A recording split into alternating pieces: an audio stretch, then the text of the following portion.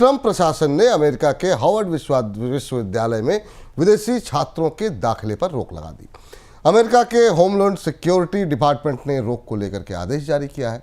Harvard विश्वविद्यालय में Trump प्रशासन के इस कदम को गैर कानूनी बताया गया है। विश्वविद्यालय में करीब 6800 विदेशी छात्र पढ़ते हैं।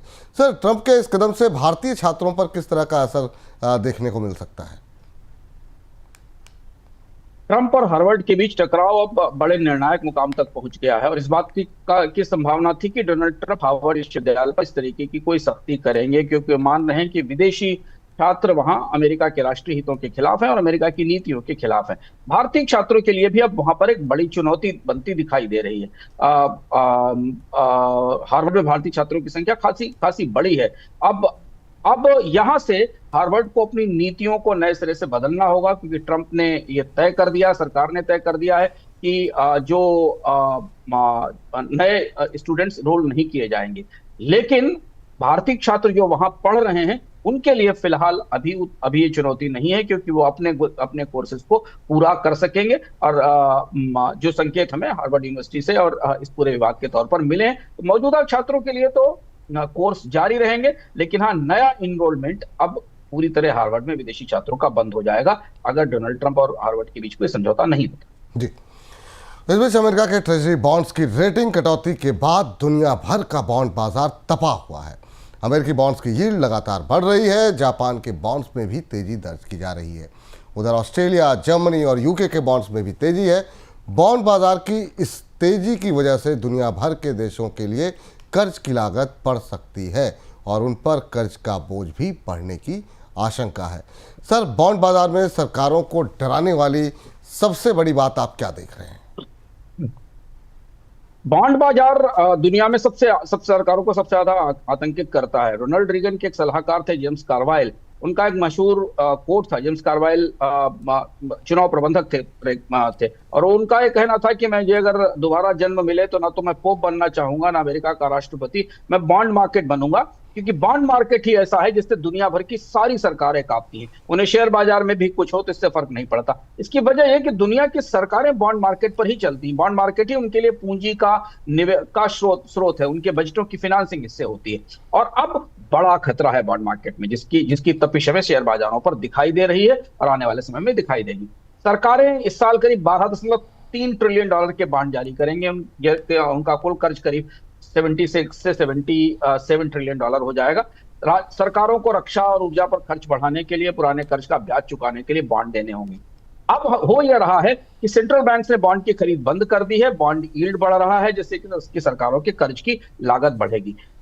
यील्ड बढ़ने से बॉन्ड के पुराने निवेशकों को नुकसान हो रहा है। बॉन्ड बाजार का स्पष्ट रूप से संकेत है कि राज्य सरकारों के बजट दुनिया भर की सरकारों के बजट बुरी हालत में है, उनके घाटे बढ़े हुए हैं और यदि उन्हें लंबे समय के लिए पैसा चाहिए तो उन्हें ज्यादा ब्याज चुकाना होगा।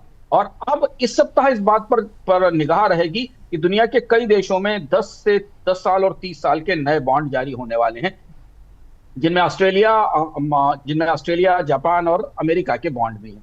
इस वजह से, और जब ये यील्ड बढ़ती दिखाई देगी और जो दिख रही है, तो अंतरराष्ट्रीय बाजारों में इसका दबाव बनेगा। अमेरिका और जापान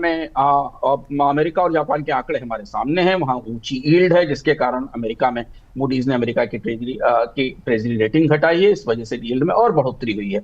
अमेरिका में और जापान में 20-30 साल के बॉन्ड के ऑक्शन कमजोर रहे हैं, ग्राहकों का समर्थन नहीं मिला है और इसलिए निगाहें अब अगले बॉन्ड ऑक्शन पर होने वाली है। अमेरिका के 30 वर्षीय बॉन्ड की यील्ड 5% से ऊपर है, 40%। जापान के 4 वर्षीय बॉन्ड की यील्ड करीब 3.5% से ऊपर है और यह सबसे खतरनाक है। ऐसी परिस्थिति आमतौर पर हमने 2008 के दौरान देखी थी, जब राज्य सरकारों के दुनिया भर की सरकारों के घाटे बढ़े हुए थे और बॉन्ड यील्ड्स में रिकॉर्ड बढ़ोतरी हुई थी। लगभग वैसी स्थिति बनती बाजारों में दिख रही है। जी सर, यहां से आगे की परिस्थिति आप कैसे देख रहे हैं? विपुल जी, यील्ड जब बढ़ती है तो बॉन्ड के पुराने निवेशकों को नुकसान होता है, क्योंकि उन्होंने पुरानी कीमत पर खरीद रखा था। सरकारों की चुनौती यह है कि उन्हें दुनिया का परिदृश्य कुछ इस तरह से बदला है कि अमेरिका यूरोप और एशिया के कई देशों की सुरक्षा की जिम्मेदारी लेता था। अब यूरोप अपना एक नया डिफेंस प्लान लेकर आ रहा है। जर्मनी ने अपने यहाँ कर्ज लेने की जो क्षमता थी, सीमा थी, उसे आगे बढ़ा दिया है, वो लिमिट बढ़ा दी। यूरोपियन यूनियन ने नए फंड्स क्रिएट किए हैं। तो पूरी दुनिया में रक्षा पर खर्च बढ़ने की संभावना है, जिसके लिए कि नए सिरे से ज्यादा कर्ज की जरूरत है। इधर टैरिफ के कारण दुनिया की कई अर्थव्यवस्थाओं में मंदी की परिस्थिति है। जापान जर्मनी की, यूरोपियन यूनियन के आंकड़े आज आए, जो लोग नियमित रूप से बोनस पॉइंट देखते हैं। सुबह हमने उंगलियों की दुनिया में विस्तार से बताया था कि यूरोप के कई देशों के जो आंकड़े आए हैं, वो उन देशों में मांग कम होने की और सुस्ती का संकेत दे रहे हैं। इधर सरकारों को अपनी अर्थव्यवस्थाओं को चलाए रखने के लिए और ज्यादा कर्ज की जरूरत है, और इसलिए अब महंगा कर्ज मिलना शुरू होगा। और यही वो दुष्चक्र है, जब सरकारें महंगा बॉन्ड बाजार से महंगा कर्ज लेती हैं, तो उन पर कर्ज की देनदारी और बढ़ती चली जा रही है। सबसे बड़ी चिंता की बात होगी, जो कि बाजार की दृष्टि से जरूरी है, कि अगर बॉन्ड ऑक्शंस फेल होते हैं, कमजोर होते हैं, या उन्हें पूरा समर्थन नहीं मिलता है, तो संकट आएगा। जैसी स्थिति हमने जापान में पिछले हफ्ते देखी थी, कि जापान के सुपर लॉन्ग बॉन्ड को खरीदने वाले लोग ही नहीं निकले, जो स्थिति हमने भी 20 साल के बॉन्ड पर अमेरिका में देखी है। तो यह सबसे गंभीर और महत्वपूर्ण बात है, जहां जोखिम और रिस्क प्रीमियम बढ़ते दिख रहे हैं। इस पर हमारी निगाह रहेगी। अगले सप्ताह भी हमारे पास इसमें कई सारी नई जानकारियां होंगी, जिन्हें हम लेकर आएंगे। जी।